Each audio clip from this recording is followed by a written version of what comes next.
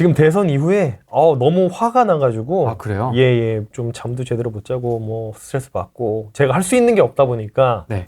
그게 너무 열받더라고요. 사실 2020년부터 너무 열받아서 저는 정치에 관심도 없고 뭐 시위 단 한 번도 나가본 적 없고 뭐 그런 사람인데 처음이자 마지막으로 나간 게 2020년 5월에 있었던 부정선거 그 블랙 시위라고 나갔었고 예, 그리고 나서 뒤집히지 않는구나 라는 걸 해가지고 낙담하고 있었는데 그래도 이제 우리 후랭이 대표님이 저를 이제 받아주셔가지고 그래가지고 여기서 이제 목소리를 낼 수 있게 됐는데 근데 여기서 뭐 목소리 내고 이런 거 떠드는 거 말고는 할 수 있는 게 없으니까 너무 이제 화가 나더라고요. 그래서 옛날 독립투사의 마음을 알 것 같은 제가 옛날에 일제시대의 독립투사들 보면은 저렇게까지 애국심이 있나라고 생각을 했었는데 지금 생각해 보면은 저도 애국심이 아니고 그냥 열받아서 막 이렇게 떠들고 있는 거거든요. 그 사람들도 마찬가지였을 것 같아요. 그냥 열받아서. 그러니까 유관순 저번에도 제가 한번 말씀드렸던 적이 있는 것 같은데 유관순 누나가 진짜 애국심이 있었다기보다 그냥 열받아서 나온 게 아닐까 이제 그렇게 생각을 하거든요. 그래서 저도 지금 너무 열받고 있는 상태고 뭐 그렇습니다. 지금 숫자 보여드리는 거는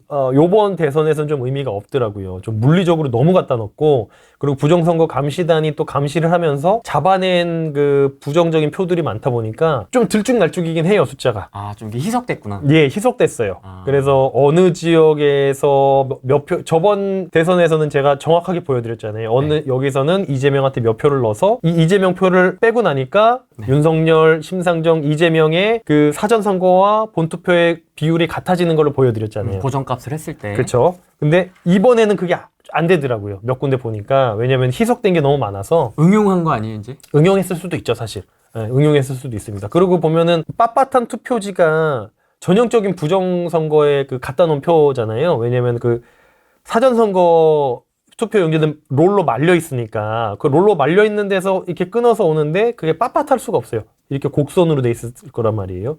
그래서 빳빳한 투표지는 누가 봐도 집어넣은 표인데 그 집어넣은 표가 이재명만 찍혀 있는 게 아니고 이준석이 찍혀 있는 표도 많습니다. 왜 이준석을 넣었어요?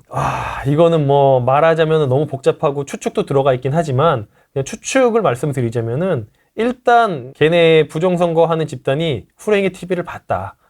그래서 제 얘기를 듣고 사실 제 얘기를 들은 게 아니죠. 황교안 아저씨도 이제 그런 말씀을 하시고 했는데 그래서 이제 그런 보정값을 여러 후보한테 몇 표 더 넣으면은 보정값을 역추적하기가 거의 불가능해지거든요. 한 명한테만 표를 몰아주면은 그 한 명에 있는 보정값을 빼버리면은 나머지 표가 비율이 똑같이 찌는 결과를 추론할 수가 있는데 여러 후보한테 그 표를 나눠서 부정선거를 해버리면 그래서 이재명한테 100표 넣고 이준석한테 한 3표 넣어버리고 뭐 김문수 표는 안 넣어버리고 이러면은 이거 역추적해가지고 몇 표를 넣었다 이거 추측하기 너무 힘들거든요. 그러다 보니까 이제 이준석 표에도 넣지 않았을까 이제 그렇게 생각을 하고요. 숫자적으로 제일 그냥 좀 이상한 게 그냥 이거는 발표되어 있는 숫자입니다. 이거는 제가 뭐 어디 엑셀 선관위에서 엑셀 떠온 게 아니고 발표된 숫자로 제일 이상한 숫자 보시면은 출구조사 표 보시면 돼요. 그 김문수랑 이재명 출구조사 보면은 한 10% 넘게 차이가 나는 걸로 발표가 됐어요. 출구조사 7시, 8시쯤 나왔죠. 출구조사 그게 뭐 김문수 뭐 다 조금씩 다르지만 김문수 39, 뭐 이재명 51 뭐 요런 식으로 거의 12% 차이로 이재명이 이기는 걸로 출구조사가 나왔단 말이에요. 맞습니다. 근데 출구조사는 뭐죠? 본투표에서만 해요. 사전선거에서는 출구조사 발표를 안 합니다. 왜냐면은 사전선거에서는 본투표에 영향을 미칠 수 있기 때문에 그 사이에서는 어떤 아예 그 유세도 못하게 돼 있잖아요. 사전선거랑 본투표 사이에서는 그런 선거에 관련된 어떤 발표도 못하게 돼 있습니다. 그래서 출구조사는 본투표에서만 하는 거예요. 근데 검색해보시면 아시겠지만 본투표에서는 오히려 김문수가 이겼어요. 김문수가 이재명을 꽤 많은 차이로 본투표에서는 김문수가 이기는 걸로 나오거든요. 근데 출구조사에서는 이재명이 12% 이긴 걸로 나와. 이상한 거 아니냐는 거죠. 본투표에서는 김문수가 이겼는데 본투표를 베이스로 하는 출구조사에서는 이재명이 12%로 이긴 걸로 나온다? 이거 조작된 거죠. 이게 물리적으로 가능할 수가 없는 숫자잖아요. 그죠? 근데 사람들은 저는 이제 친구들 단톡방에서도 저도 이제 나이가 있다 보니까 친구들이 다 정치 관심들이 있고 그리고 40대다 보니까 친구들이 다 약간 빨간 쪽 애들이 많아요. 빨간 쪽이 아니고 파란 쪽이지. 파란 쪽 애들이 많아요. 빨갱이들. 그래서 걔네들이 막 이재명 이겼다고 좋아하는 거예요. 근데 제가 그때 그래가지고 새벽에 보냈어요. 야, 이거 이상한 거 아니냐. 야, 출구조사는 본투표를 베이스로 하는 거고 걔네들은 제가 부정선거를 얘기해도 말도 안 된다고 얘기를 하는 친구들이거든요. 그래도 교류는 계속 하시네요. 교류는 하죠. 내 승질 같으면 그냥 나와버렸을 텐데 톡방에서. 아니죠. 니들이 몰라서 그렇다 얘기를 하죠. 아. 왜냐면은 제가 공부 잘한 건 아시네? 제가 공부를 잘했거든요. 네. 스카이. 저희 스카이 출신이잖아요. 스카이 it's 예. different. 예, 그래서 그 단톡방 안에서도 제가 공부를 제일 잘했단 말이죠. 그러니까 니들이 멍청해서 그렇다라고 얘기하면은 나들 아무 말도 못하니까.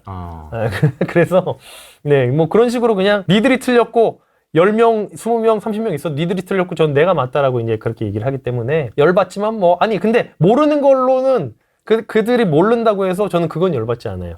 근데 몰랐어. 그래서 나는 알고 그래서 이제 까보자. 요거를 검증하자 하는데 검증하는 걸 부정하는 건 열받죠. 검증하자고 하는 걸 부정하죠. 그걸 막으면 안 되지. 그걸 막으면 안 되죠. 그건 하게 해주죠. 네네. 근데 이제 강성 애들은 그거 돈 들여서 그런 거 왜 하냐 막 이렇게 얘기를 하는 거예요. 야, 내가 한 일주일 밤새서라도 내가 직접 까볼 테니까 돈 안 들이고 좀 깠으면 좋겠다고 그냥 그렇게 얘기를 하는데 자, 아무튼 그래서 출구조사와 본투표가 그렇게 차이가 있다는 거는 애초에 말이 안 되는 거예요. 그죠? 그래서 애초에 시작부터 이거는 부정선거라는 게 명백하게 드러나고 사실 시작됐다고 생각을 하고 뭐 그렇습니다. 그래서 이번에는 사람들이 이상하게 조용한 게 저도 사실 좀 무섭긴 해요. 이게 그래도 윤석열 대통령이 대통령으로 있을 때는 부정선거 얘기해도 좀 그래도 대통령이 이게 뭐라고 그리고 검찰 출신이고 하고 있으니까 이제 좀 어느 정도는 얘기해도 되겠다 싶었는데 지금 이렇게 막 깡패가 대통령이 되고 나니까 무서운 거예요. 그래가지고 이거를 얘기를 해야 되나 싶기도 하고 요새 유튜브도 보면은 다 엄청 검열받는 것도 아시죠? 네. 저도 보면은 유튜브가 2,000명밖에 안 되다 보니까 이런 조그만 유튜브들은 엄청나게 규제합니다. 유튜브에다가 문의를 해도 자기네들은 뭐 그냥 규정대로 한 거다라는 답변밖에 돌아오지 않고요. 이렇게 이제 탄압이 엄청나게 들어오고 있는데 리스트에 들어갔나 보네요. 리스트에 좀 들어간 것 같기도 하더라고요. 뭐 니들이 탄압해도 근데 저는 돈 잘 벌고 있으니까 그거는 뭐 상관없긴 한데. 강남 산다. 그죠. 뭐 경매 잘하고 있다. 경매 잘하고 있다. 예. 경매가 지금 경기가 너무 안 좋으면은 오히려 경매가 더 잘 되잖아요. 그래서 저는 앞으로 한 2, 3년 안에 빠싹 경매 빠싹 해서 네 이제 활성화 될 때는 이제 그때는 이제 팔아야죠. 팔던가 이제 그때 이제 세미나 다시 하려고 이제 그렇게 생각을 하고 있습니다. 지금 세미나는 좀 줄였고 그래서 부동산 이야기는 이따 후반부에 네 후반부에 할 거고 말씀드리겠습니다. 네네 워싱턴에서 기자회견을 했어요. 누가요? 고든창, 모스탄, 민경욱, 뭐 존 밀스, 박주현 변호사 뭐 이런 분들. 그러니까 이제 부정선거에 대해서 계속 꾸준하게 목소리를 내고 있는 분들이 지금 부정선거를 했고요. 특히나 고든창 영상을 제가 보여드렸죠. 트럼프 아저씨가 나와가지고 10팩에서 Great Golden창, Stand Up Golden 하면서 고든창이 거기서 거의 4분 정도를 혼자 연설을 했거든요. 그게 이제 고든창에 대해서 이제 국내 언론에서는 뭐 이상한 사람이라고 얘기를 해요. 뭐 적도 없는 사람이고 그리고 또 모스탄 대사에 대해서도 전 대사다 이렇게 얘기를 하는데 그 사람들이 거의 장관급이야. 장관급. 우리나라로 치면요. 그런 사람들이 가서 이제 기자회견하고 이제 슬슬 부정선거에 대해서 미국에서 다루려고 시동을 걸고 있는 것 같은 이제 뭐 그렇게 보여지더라고요. 이게 어떻게 이번에도 또 이럴 수가 있지?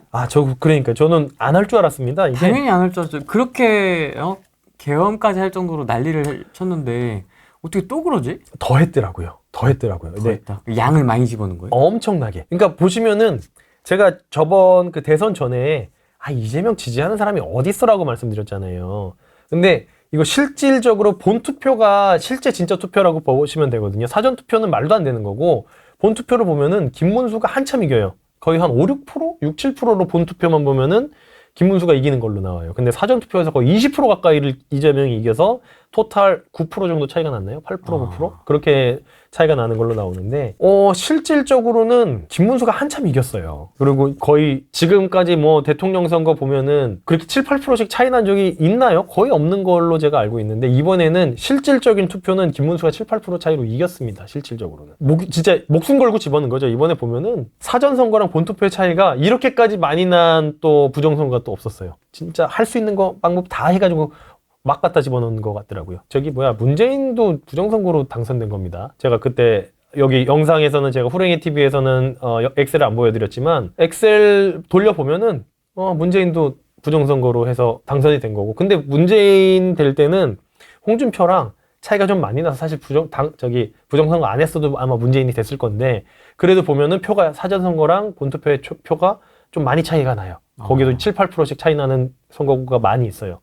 그래서 문재인이 당선될 때도 그 부정선거가 이루어졌다고 저는 생각을 하고 있고, 근데 이제 이번에는 막 20%까지 막 차이가 나게 해버렸으니까 말도 안 되게 그냥 이제 갖다 집어넣을 수 있는 만큼 다 갖다 집어넣은 거라고 생각이 들고요. 요거 보시려면은 박주현 변호사 그 유튜브 보시면은 네. 이거 여기 처음부터 끝까지 여기 있는 영상들 있잖아요. 이게 다 다른 선거구에 있는 다 다른 증거들입니다. 너무 많아요. 너무 많아.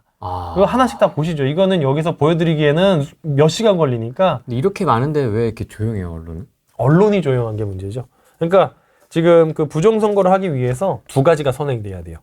언론 장악해야 되고요. 사법부 장악해야 되고요. 그 두 개만 장악하면 끝입니다. 그러니까 입법부는 부정선거로 자기네들이 마음에 드는 사람을 뽑으면 되는 거고, 행정부도 대통령을 자기가 마음에 드는 사람을 뽑으면 되는 거고.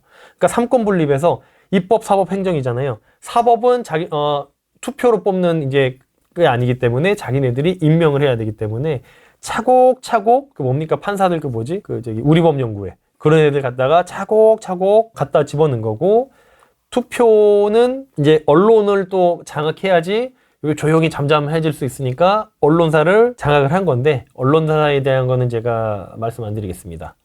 너무 좀 거대한 세력이 있어서 A웹이 USAID의 지원을 받고 있는 부정선거를 전 세계로 수출하는 집단이라고 제가 말씀을 드렸었고, 그 A웹이 중앙선거관리위원회에 그렇게 선거 데이터베이스를 깔아준 거고, 그 USAID를 트럼프가 일론 머스크를 시켜서 도지 그 효율성위원회를 나오자마자 일론 머스크의 역할은 그거 하나였어요. USAID 철폐. 그래서 USAID가 철폐되고 나서 트럼프는 USAID가 들어간 게 너무 USAID 자체가 거의 60년, 70년이 된 단체이기 때문에 거기 후원을 받는 데가 너무 많아요. 우크라이나 전쟁도 마찬가지고, 파리 협약. 그러니까 조금 약간 좌파적인 냄새가 나는 단체 같은 데 있죠. 네. 예를 들어서 뭐 옛날에 WHO인가요? 그 국제보건기구. 코로나. 사실 우한폐렴이라는 얘기가 나왔다가, 우한폐렴은 뭐 지역 감정을 뭐 인종차별적인 요소가 있다 해가지고 코비드19라고 이름을 바꿨잖아요. 네. 그 WHO도 USAID의 후원을 받고 있고, 사실 우한폐렴이라고 얘기하면 왜 안 됩니까? 메르스도 중동 뭐 독감 그거 약자잖아요. 미들 뭐 어쩌고 그것도 미드리스트 어쩌고 그거 약자기도 하고, 스페인 독감이라고 부르기도 하고, 아니 병명을 그 지역에서 따오는 경우가 많아요. 근데 왜 우한폐렴은 안 되냐는 거죠. 그게 뭐냐면은 USAID에서 중국 돈으로 움직이는 경우가 많은데, 그게 WHO에는 중국 돈이 들어가 있으니까 WHO에서도 우한폐렴이라는 말은 쓰지 말아라. 뭐 그런 식으로 되는 거거든요. 그래서 되게 좀 의아했어요, 그때 용어를 이상하죠? 막 갑자기 바꾸길래. 네, 아니 우한폐렴이라고 그냥 하면 되는데 코비드19라고 갑자기 19. 네, 이상하죠. 지금 그래서 이제 미국에서 좀 그렇게 USAID 철폐했고, 이제 A웹 중앙선관위 중국의 1대1로 와 큰 연관이 있는 A웹을 좀 시동을 좀 걸고 있지 않나, 이제 그렇게 생각을 하고요. 그래서 이제 6월 26일에 이제 우리나라 시간으로 6월 26일 자정에 국제선거감시단이 기자회견을 했잖아요. 그거 한번 좀 봐주셨으면 좋겠어요. 이거 영상 보시는 분들 2시간짜리 영상이거든요.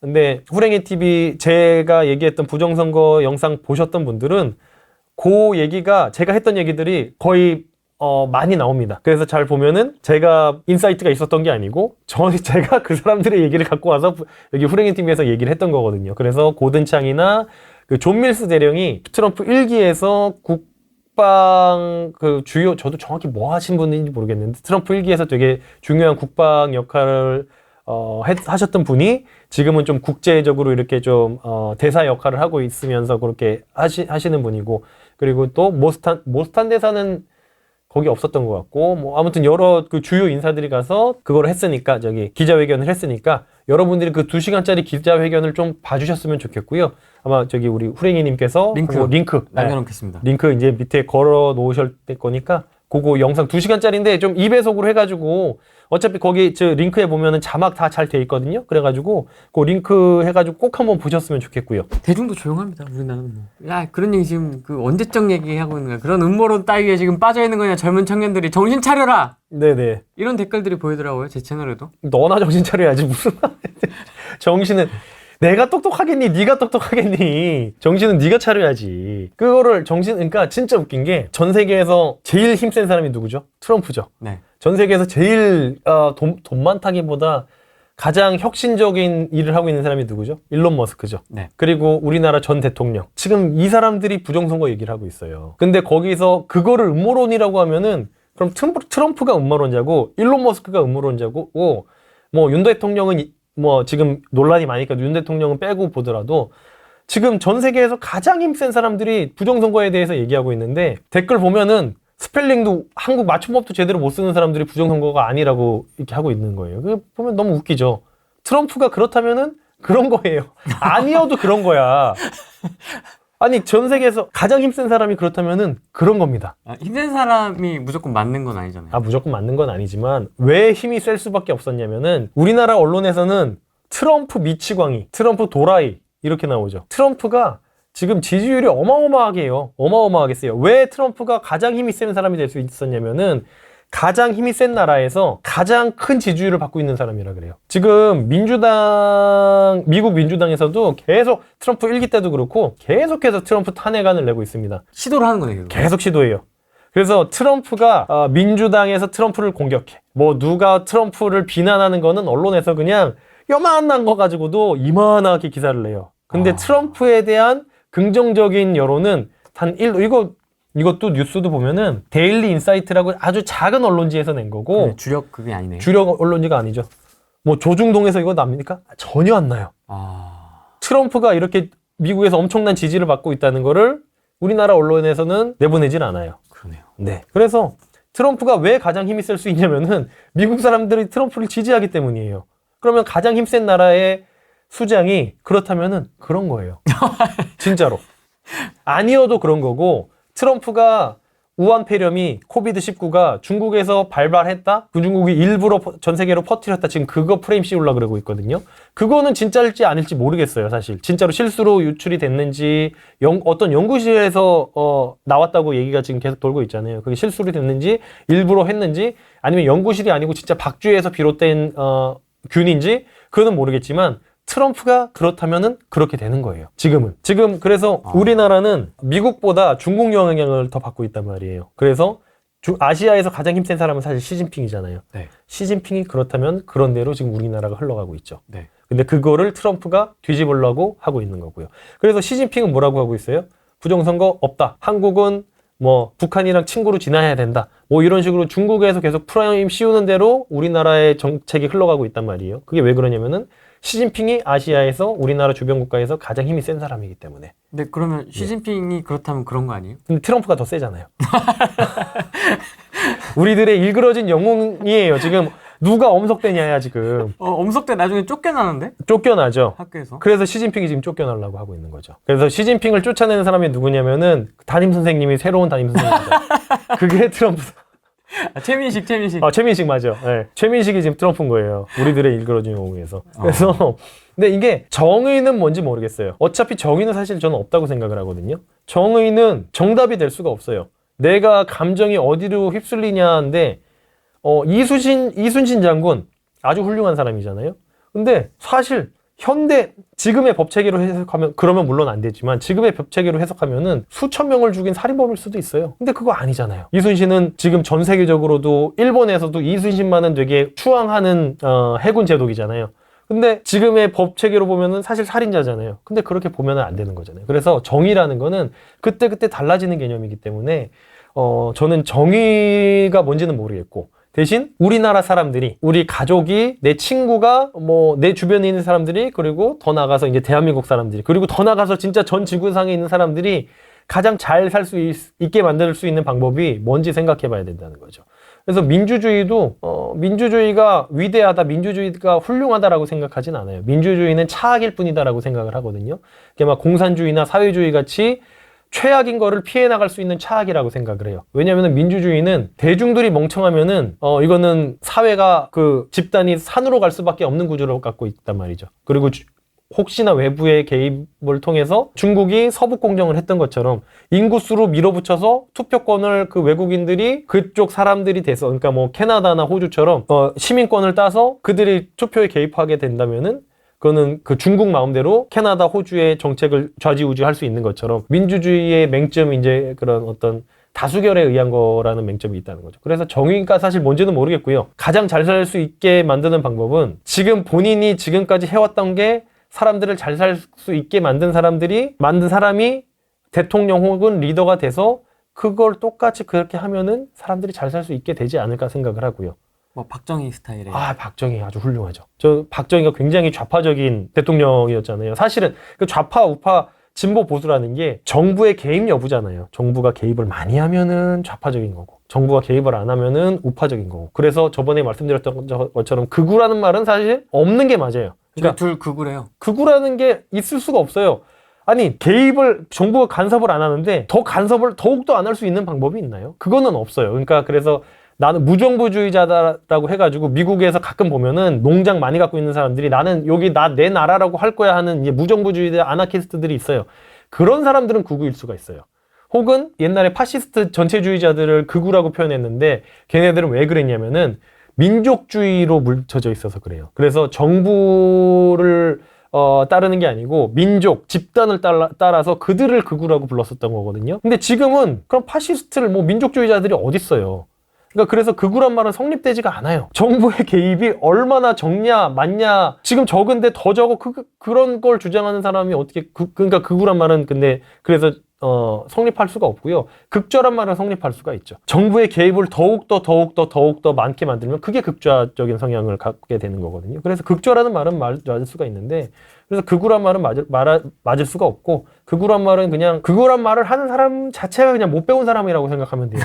그 개념을 제대로 모르는 사람. 그래서 옛날에 우리가 극우라고 표현하는 게 일본 극우에서 지금 이게 비롯된 거잖아요. 일본 극우파 애들이 정부보다는 이제 그런 아까 말씀드렸던 그 파시즘 전쟁을 일으켰던 그 민족주의에서 비롯된 그 극우 애들이 지금도 활동하고 있는 극우들이 있어요, 일본은. 그래서 이제 그들에서 비롯돼서 좀 약간 쇄국주의적인 정책, 민족주의적인 정책을 옹호하는 사람들을 극우라고 잘못 오해하고 있거든요. 그게 이제 우리나라로 건너와서 좀 민족주의적이고 좀 약간 보수적인 얘기를 하면은 극우라고 잘못 얘기를 하고 있는데 다들 멍청한 거죠. 기자들이 멍청하니까 애초에 요새는. 요새 기자들 하는 거 보면 다 어서 긁어와가지고 그냥 퍼오기나 하지 기자들이 제대로 취재하는 사람이 어딨어요. 기자들이 멍청하니까 사람들이 멍청해지는 거고 극우란 말을 쓰게 되는 거죠. 근데 이제 또 박정희에 대해서는 항상 논란이 붙는 게 공과 과가 있다. 과가 있다. 네. 공이 너무 크잖아요. 그쪽에서는 또 그럽니다. 야, 그때 당시니까 그게 가능했던 거지. 시대 보정을 해야 되지 않겠냐. 지금 그 사람이 살아 돌아온다면 그거 할 수 있겠냐. 못하죠, 지금은. 그 당시는 군부정부가 가능했던 거니까 가능했던 거고. 대표적으로, 그러니까 가장 비교를 할 수 있는 게 북한이잖아요. 70년대까지만 해도, 박정희 전까지만 해도 북한이 훨씬 잘 살았어요, 우리나라보다. 그래서 북한이 우리한테 원조해주고 그랬어요. 그거는 다들 아실 거예요. 근데 그 20년, 그 19년 사이에 엄청나게 큰 성장을 이뤘고 완전히 뒤바뀌었단 말이죠. 그래서 이승만과 박정희의 업적은 사실 이승만과 박정희가 둘 다 굉장히 진보적이고 좌파적인 정책을 폈던 사람이에요. 우리 집안, 저희도 지금 파주에 물론 그린벨트로 묶인 선산이 있어요. 얼마 되지도 않습니다. 그 선산을 옛날에 있잖아요. 유상으로 빼갑서가지고 유상으로 분배해주는 정책을 했었잖아요. 옛날 북한이 무상으로 해서 무상몰수해서 무상 분배했던 거 따라가지고 유상몰수, 유상분배 이제 해줬던 그 정책으로 우리 파주에 뺏긴 땅이 많아요. 우리 아버지가 이제 중학교 때라고 하는데 지금이야 저도 나중에 얘기를 들은 거라 가지고 나중에 알았는데 그래서 저희도 피해를 봤죠. 박정희 정책 때문에. 근데 그걸 떠나서 우리나라를 이렇게까지 잘 살게 만든 거는 박정희 대통령과 그를 같이 하던 그 정부 사람들이니까 이거는 독재 모르겠습니다. 과를 어떻게 얼마나 그걸 평가하느냐에 따라 다르겠지만 공이 너무 크다라고 저는 평가를 하고 싶고요. 공과 과의 비율을 어느 정도로 보세요? 8대2 정도? 8대2 정도? 네. 과도 물론 있죠. 저희 집 땅도 뺏어갔으니까. 그래서 과 비율이 좀 높아졌나 좀 보다. 높아졌죠. 보통 이제 9대1 막 이렇게 얘기하는 분들도 있는데 내 땅 뺏어가서 좀 깎였어. 예. 이번에 6월 3일 네네. 투표 결과 나오고 네네. 이제 그 또래분들 모여있는 톡방에서는 좀 네네. 어떤 반응을 보이던가요? 다들 좋아하는 분위기가 40대니까 빨간 쪽 친구들이 많아서. 그럼 혼자만 이쪽이에요? 저 혼자만은 아니죠. 그러니까 근데 보수 쪽은 저는 근데 사실 보수가 아니거든요. 저는 다 깝니다. 그냥 태클 거는 쪽이라서 그냥 이재명이 됐으면 이재명 까고 윤석열 대통령이 됐을 때도 윤석열 대통령 엄청 깠죠. 이런 계획을 갖고 있을지 몰랐으니까. 아무튼 이렇게 여기저기 다 까는 그런 스타일인데 친구들이 극우라고 하잖아요. 아유 저 이찍 새끼 이러면서. 극우라고 하기에는 제가 국민의힘 국회의원들이나 국민의힘을 지지하지 않기 때문에 극우라고 하기가 좀 그렇죠. 네네. 이준석 제일 싫어하고. 네. 이준석 왜 싫어하세요? 이준석이 지금 이제 앞으로 있을 내각제 페르소나가 이준석입니다. 대통령제를 지금 저희는 실시하고 있지 않습니까? 네네네. 그 내각제로 관련 세력들도 분명히 있고, 예. 대통령제를 유지하려는 세력도 있고, 그다음에 4년 중임제를 또 네. 후원하는 세력도 있고 이렇게 좀 달라지는 것 같은데 예. 이거 어떻게 좀 바라보면 좋아요? 일단 그냥 쉽게 생각하면요. 내각제는 대통령을 우리가 계속 뽑지만 대통령은 대외적인 정책만 하는 거예요. 외교 뭐 그리고 군사 국방 이런 거 하는 게 그런 것만 하는 거고 내각제는 뭐냐면요. 우리나라의 내부 정치는 총리가 하는 거예요. 그래서 양원화되는 겁니다. 이제 대통령은 외부적인 이제 영업직인 거죠, 영업직. 외무부, 내무부 이렇게. 그렇죠. 그런 식으로 되는 거죠. 그 총리는 이제 내정에 이제 그 책임이 되는 건데. 집안 살림. 그렇죠. 이제 행정부에 그래가지고 장이 총리가 되는 거잖아요. 그러니까 쉽게 생각해 보면은 그러면 총리는 누가 뽑냐? 국회에서 뽑는 거예요. 네, 국회에서 뽑는 겁니다. 그러면은 국회의원들 입장에서는 내각제가 좋을까요? 지금처럼 대통령제가 좋을까요? 내각제가 좋죠. 그러면은 재벌 세력들은 내각제가 좋을까요? 대통령제가 좋을까요? 내각제가 좋죠. 왜냐면은 내 맘대로 총리를 뽑을 수가 있어요. 국회의원들 지금도 돈 먹은 국회의원들을 수두룩 빽빽인데 후원금 주고 그럼 언론사 입장에서는 내각제가 좋을까요? 대통령제가 좋을까요? 말이 필요 없어요. 네, 그래서 있는 사람들 입장에서는 내각제가 좋을 수밖에 없어요. 언론사, 재벌그룹 그리고 뭐 법조계 다 내각제가 좋을 수밖에 없어요. 그럼 일반 우리 같은 시민들 입장에서는 소시민 입장에서는 내각제가 좋을까요? 대통령제가 좋을까요? 대통령제가 좋은 거예요. 당연히. 이게 이해관계에 따라서 완전히 갈리는 거죠. 그래서 제가 10년 뒤에 타임머신이 있어서 제가 보니까 부동산 재벌이 됐어 제가. 그럼 전 내각제 지지할 겁니다. 근데 10년 후에 제가 타임머신을 타고 10년 뒤에 보니까 내가 망했어. 그래가지고 쿠팡 배달하고 있어. 그러면은 저는 내각제를 지지하면 안 되죠. 네, 어떤 이득이 있느냐에 따라 가지고 프랑스나 독일이 다 내각제거든요. 다 총리가 그 행정을 하잖아요. 그래서 보시면 총리가 엄청나게 바뀝니다. 마음에 안 들면 탄핵시키고 다시 뽑고 탄핵시키고 다시 뽑고. 그래가지고 독일 대통령이 누군지 모르죠. 근데 독일 총리는 우리가 누군지 알잖아요. 그렇죠. 독일이 대통령이 있어요. 그러니까 보통 왕이 있는 국가는 총리가 있죠. 그러니까 일본 같은 경우에는 왕이 있으니까 총리가 이제 하고 하는데 독일은 대통령이 있는데 총리가 정치를 한단 말이죠. 독일 대통령은 거의 바지사장이야. 뭐 하는 게 사실 없어요. 독일 뭐 전쟁 나는 것도 아니고 우리가 외교 같은 거, 무역 같은 거는 이미 저기 회사들이 알아서 잘하고 있는데 대통령이 딱히 할 일이 없어요. 그냥 바지사장이에요. 그래서 우리는 총리만 알고 있죠. 계속 바뀌어요. 그래서 이제 그런 식으로 되기 때문에 내가 좀 힘 있는 사람이 되면은 우리나라 정치가 내각제가 돼버리면은 총리를 내가 원하는 대로 뽑을 수가 있는 거야. 그래서 재벌 세력들, 언론계들은 내각제 세력을 원하고 있는 거고요. 그래서 이준석이 지금 내각제의 페르소나고 박근혜 탄핵할 때 그때 찬성했던 국민의 그 당시에 미래통합당인가요? 자유한국당인가? 박근혜 때는? 너무 바뀌어가지고 기억이 안 나는데 어쨌든 그쪽 보수 때 박근혜 탄핵에 찬성했던 보수 세력들 있죠. 걔네가 내각제예요. 유승민, 뭐 김무성 이런 애들. 근데 이준석의 꿈이 뭐냐면은 옛날부터 나와서 하는 게 유승민 대통령 시키는 게 자기 꿈이라고 계속 그러고 있어요. 그리고 이준석이 자기는 총리하고요? 그렇게 하는 거죠. 이준석이 부정선거를 왜 그렇게 없다고 거품 물고 나와가지고 이준석이 제일 앞서서 나와가지고 젊은 세대들이 약간 대표처럼 돼 있잖아요. 지금 이대남이라고 하나? 그렇죠. 아이콘이죠. 아이콘이 돼 있잖아요. 걔가 나와서 아니라 그러면은 대부분의 젊은 층들은 아니라고 생각을 하는 거예요. 그래가지고 어차피 나이 든 사람들은 부정선거 이거 볼 생각도 없고 대부분 젊은 층들이 좀 부정선거에 대해서 막 보거든요. 이준석이 나와서 아니라고 거품 물고 얘기하는 거예요. 근데 이게 아니라고 거품 물고 얘기하는 사람들 중에 뭐 옛날에 정규제 이런 아저씨들 있어요. 조선일보 주피라고. 그 아저씨가 부정선거가 아니래요. 얘기하는 거 보면은 바보 같은 근거만 얘기네요. 그러니까 모르는 거야. 어차피 그 나이 드신 분들은 숫자에 대한 감각이 우리 젊은 사람들처럼 밝지가 않기 때문에 애초에 그런 확률이나 이런 거에 대해서 막 얘기를 하는데 전혀 모르고 있어요. 주필까지 했는데 왜 그 모를까요? 주필이 그렇게 어려운 그 뭐 회사 미적분이 아니잖아요. 숫자잖아요. 숫자. 아니요. 그게 근데 이게 저희 아버지가 세무사시거든요. 아버지한테 설명해도 말이 안 된대요. 못 알아들으세요. 숫자 보시는 분이잖아요. 그러니까 이게 아니라고 생각하고 있으면은 아닌 거야. 그러니까 이게 수학을 할 때도 보면요. 공부 잘하셨죠. 그래도 공무원 하시고 공기업 가시고 공공기관. 그렇죠. 공부를 수학하다 보면은 어느 순간 막히면은 이거 막히면은 그 다음은 다 막혀요. 그러니까 이게 이게 수학적 사고 능력이 여기까지인 사람들은 그러니까 우리가 국사를 공부할 때는 여기 뜨문 알고 있어도 그게 그냥 흘러가는 문제가 없잖아요. 네. 근데 수학은 어느 군데서 막히면은 꽝이에요. 그 다음은 할 수가 없어요. 네, 그래서 그 확률도 동전을 1000번 던졌는데 앞면이 600번이 나올 수가 없다는 게 한 1000번 만지면 앞면이 550번과 520번 사이에서 그냥 450번 사이에서 왔다 갔다 하지 1000번 중에 600번이 앞면이 나올 수가 없다라는 거를 600번 나올 수도 있지 않나라고 생각을 해요. 보통 사람들은. 10번 중에 6 던지면 앞면이 6번이 나올 수가 있으니까 1000번 던지면 600번도 나올 수 있다고 생각을 하거든요. 아니 대세법칙 중학교 때인가 배우잖아요. 그러니까 그게 안 된다니까요. 그게 안 돼요. 10,000번 던졌을 때 6000번 나오는 거 그거는 죽었다 깨어나도 전 지구가 다시 태어나가지고 계속 동전을 던져도 10,000번 던져서 6000번 나오는 확률이 있을 수가 없거든요.